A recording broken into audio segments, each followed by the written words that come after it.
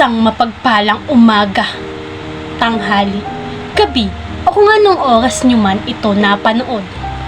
Nasa inyong harapan ng isang babae na walang ganda, ngunit may lakas ng loob para patunayan kung gaano kahalaga ang salitang diskriminasyon tungo sa pagkapantay-pantay ng bawat isa.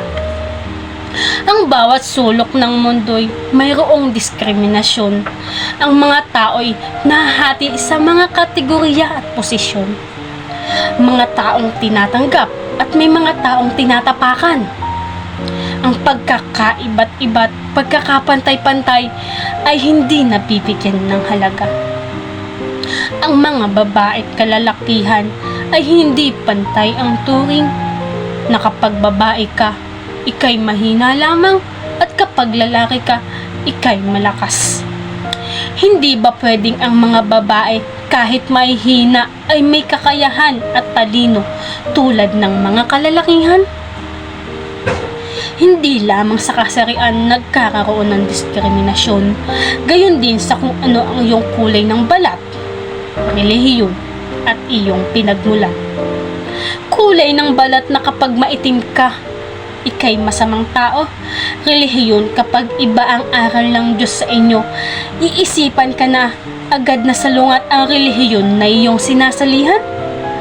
Pinagmulan o iyong kinagisnan na kapag iba ang iyong pananamit at pananalita, iisipan ka ng di maganda at sasabihan ka pa ng masasakit na salita.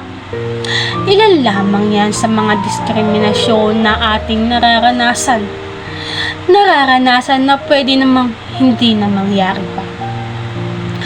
Bawat isa ay may karapatan at dignidad.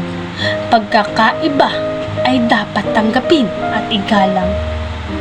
Huwag na huwag manghusga batay sa nakikita lamang.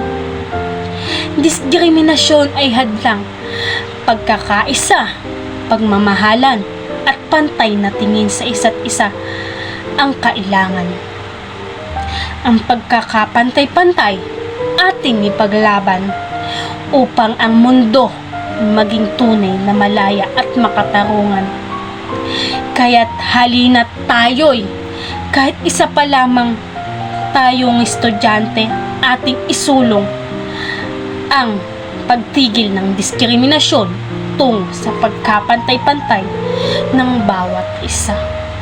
Naway may natutunan kayo sa aking tula na kahit simple lamang ay inyong tumatak sa inyong mga isipan. Maraming salamat po.